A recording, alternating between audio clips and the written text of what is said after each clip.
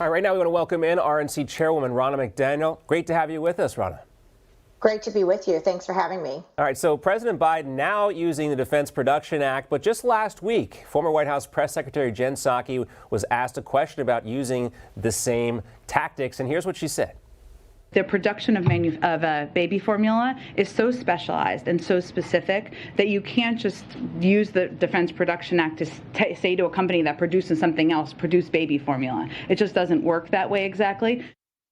So what do you think changed, Ronna? I think it's ridiculous. This administration has been incompetent, negligent, full of excuses.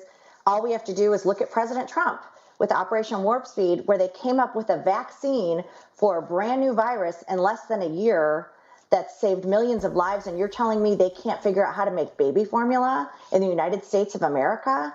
So this is a Biden administration failure, one after the other that we've seen from this administration. They've committed malpractice on the American people, and now babies and mothers are suffering as a result.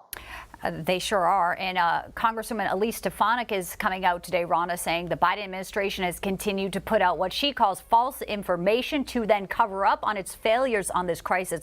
Let's listen to her comments. I think this is a much larger scandal than people realize.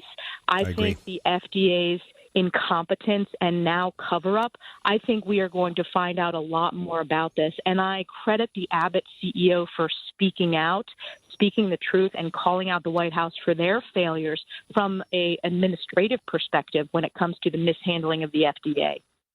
Stefanik said that Republicans were sounding the alarm all the way back in February when the announcement was that the Abbott plant was shut down and that the FDA failed to respond to a congressional office now until May. So we have the FDA chief up on the Hill today. Why do you think they waited so long, Ronna?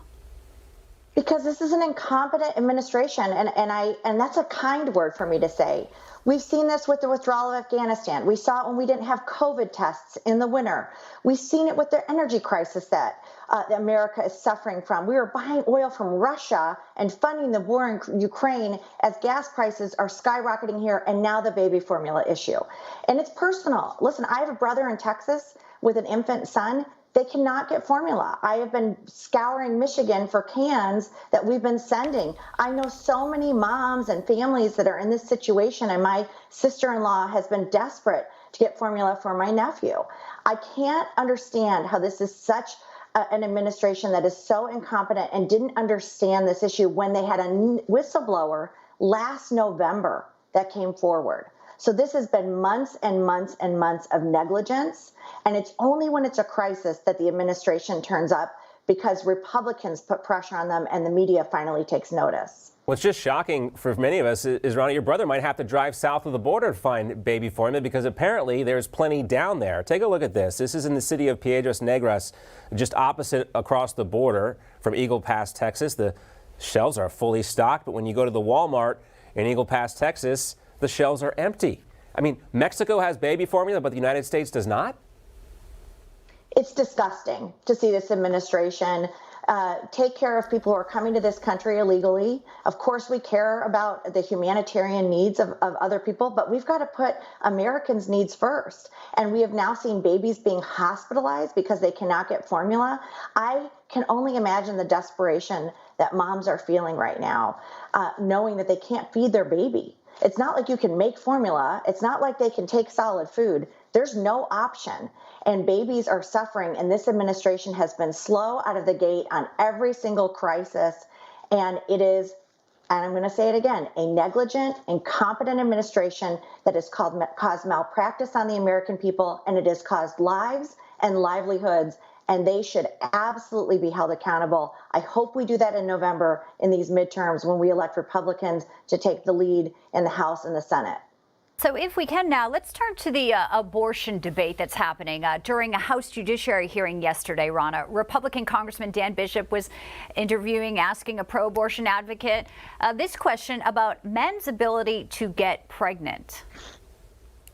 What do you say a woman is? I believe that everyone can identify for themselves. Okay. Do you believe then that men can become pregnant and have abortions? Yes.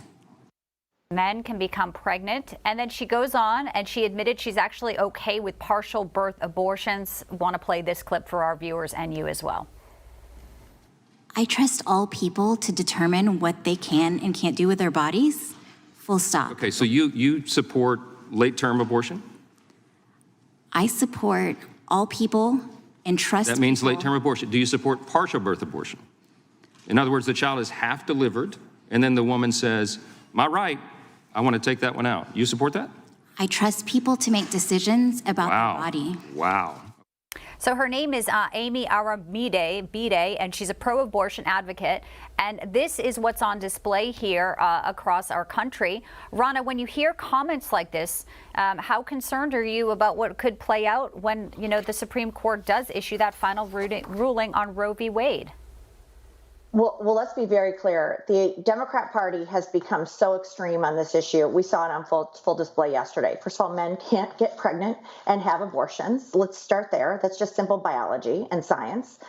The second is they're okay with abortions up till the due date, birthday abortions, when a baby can survive outside the mother's womb. 85% of the American people believe in restrictions, but let's look at the Senate candidates we have on the Democrat side across the country. Fetterman, now we see in Pennsylvania, Tim Ryan in Ohio.